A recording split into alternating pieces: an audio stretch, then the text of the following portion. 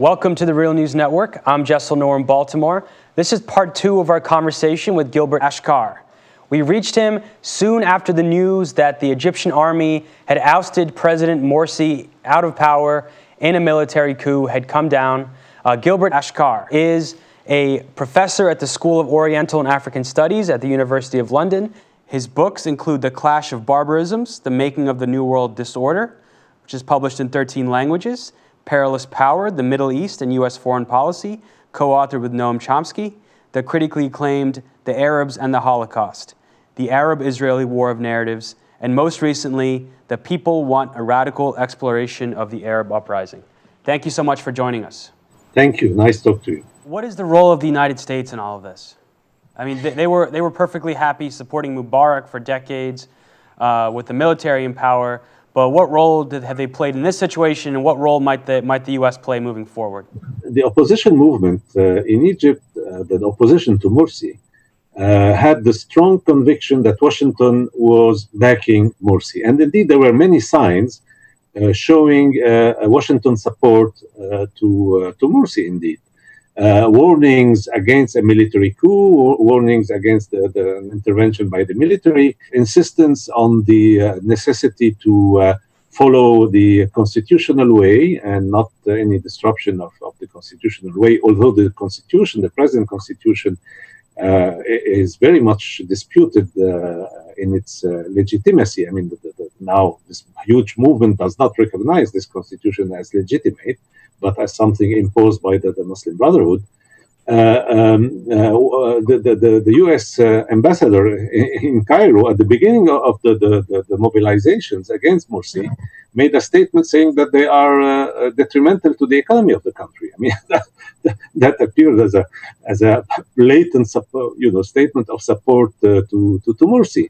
So there are many indications for that. The reality is, Washington is in real disarray, and all these guys, and there are so many of them, especially on the internet, everywhere, with all these conspiracy theories who believe that Washington is almighty and kind of puppet master of everything that's happening in the Arab world, are just completely off the mark. I mean, Washington, the United States in general, the U.S. Influence in the region is at a very, very low point. It's a result of the defeat in Iraq, because Iraq has been a major defeat for the United States, for the U.S. imperial project, and you had this combination of this huge defeat, disaster actually for the U.S. imperial policies in Iraq, with the uprising toppling key friends of Washington like Mubarak. So, I mean, Washington tried to bet on the Muslim Brotherhood. And for the last period, actually, since the beginning of the uprising, or soon after the beginning of the uprising in the Arab world, Washington has chosen the Muslim Brotherhood as the horse on which to bet. And, of course, they renewed their old alliance because they have been working closely, in close collaboration with the Muslim Brotherhood in the 50s, in the 60s, in the 70s, up to 1990, 91. They had close collaboration with the Muslim Brotherhood, and so they renewed that,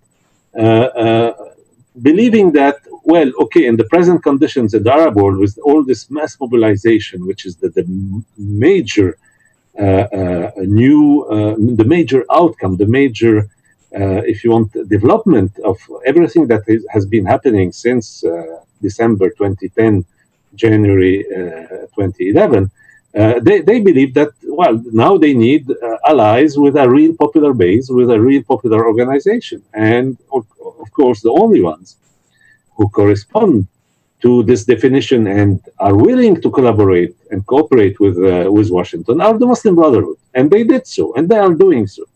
But now the situation has reached a point where, Washington can see that the Muslim Brotherhood failed. It's obvious that they failed.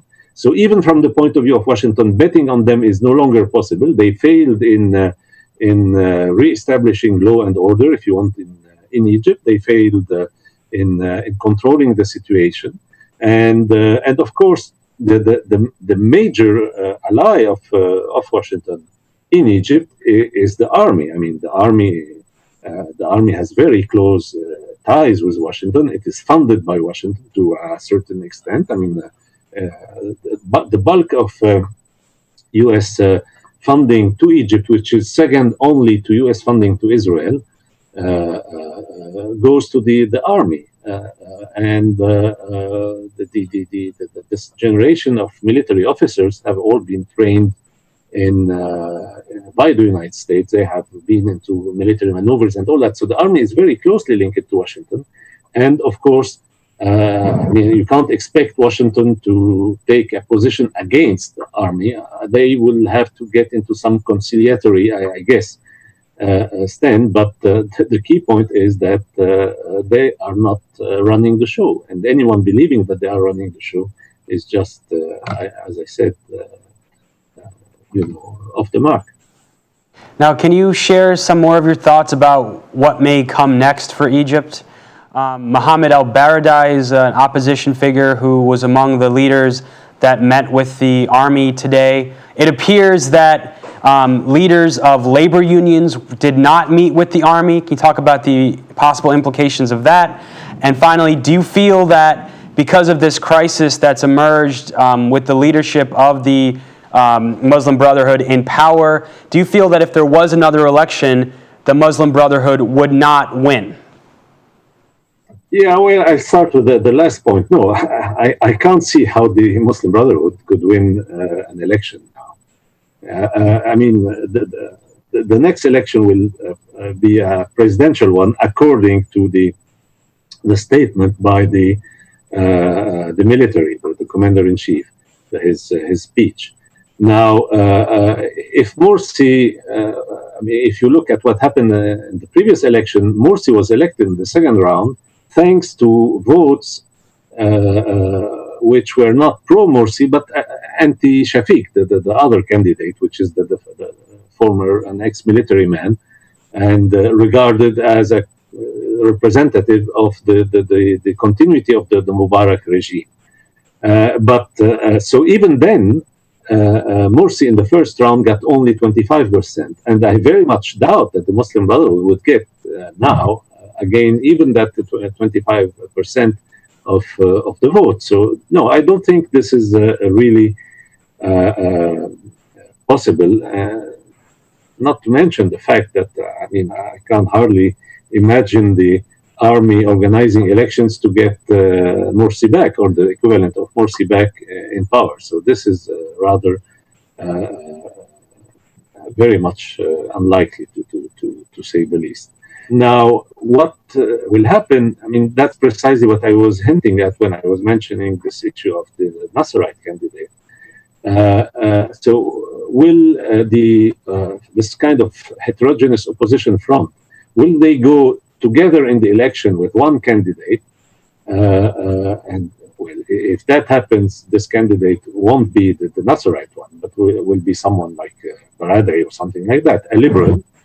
And in some way, this will be but another stage, the inauguration of another stage in a revolutionary process which will be far from extinct. It will carry on. It will carry on for many years, if not many decades of instability before you reach a situation where things can really change profoundly with a different social, economic policy. So that means you need a profound social political change in order to get that. For the time being, this is not visible. So it's too early to make predictions in that regard. But what we can say is, however, that it is very unlikely that the army tries to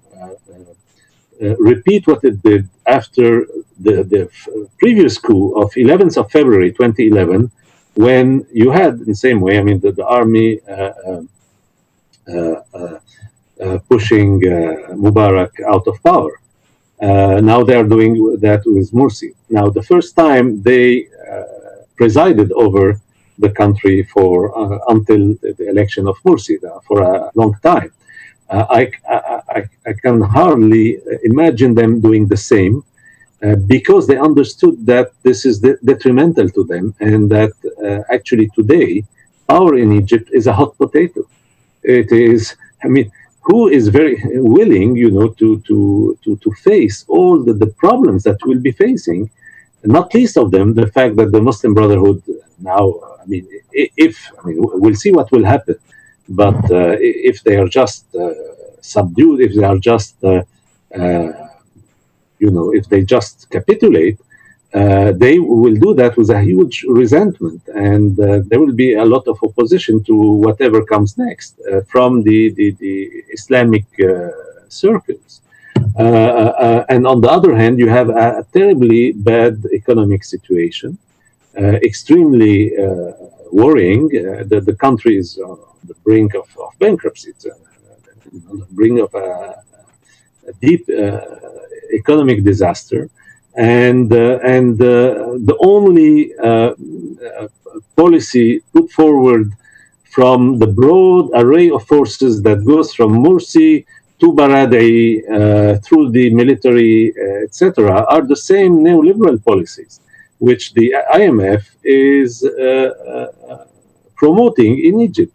It's just unbelievable how much the IMF is, how to say, is really the as it has been called a long time ago already, the international or international monetary fundamentalism. I mean, how fundamentalist it is in its neoliberal perspective, to the point of advocating for Egypt after everything you've seen, just more of the same economic policies that were applied under Mubarak, and that led to these deep economic crisis, low growth, anyhow, very low job creation, and a huge unemployment, and especially youth unemployment. And they keep coming with the same. Now the IMF has been, exerting pressure on the Morsi government for the implementation of further austerity policies, further reductions in the subsidies for the prices of like fuel and other basic staples and the rest. And they keep coming with such policies, and actually Morsi did not implement them because he could not. He was not powerful enough politically to do so. When he attempted at one point, there was such an outcry that he had immediately to cancel the measure that he announced on his Facebook page. I mean, that was ridiculous. So, I mean, it's a hot potato. And that's why, again, what we are seeing is but an episode in a long story, which is actually still in its initial phase. We'll see a lot more of developments in the years to come in Egypt and in the rest of the Arab world. Thank you, and we'll certainly keep following all these developments as they unfold. Absolutely, you're most welcome. And thank you for joining us on the Real News Network.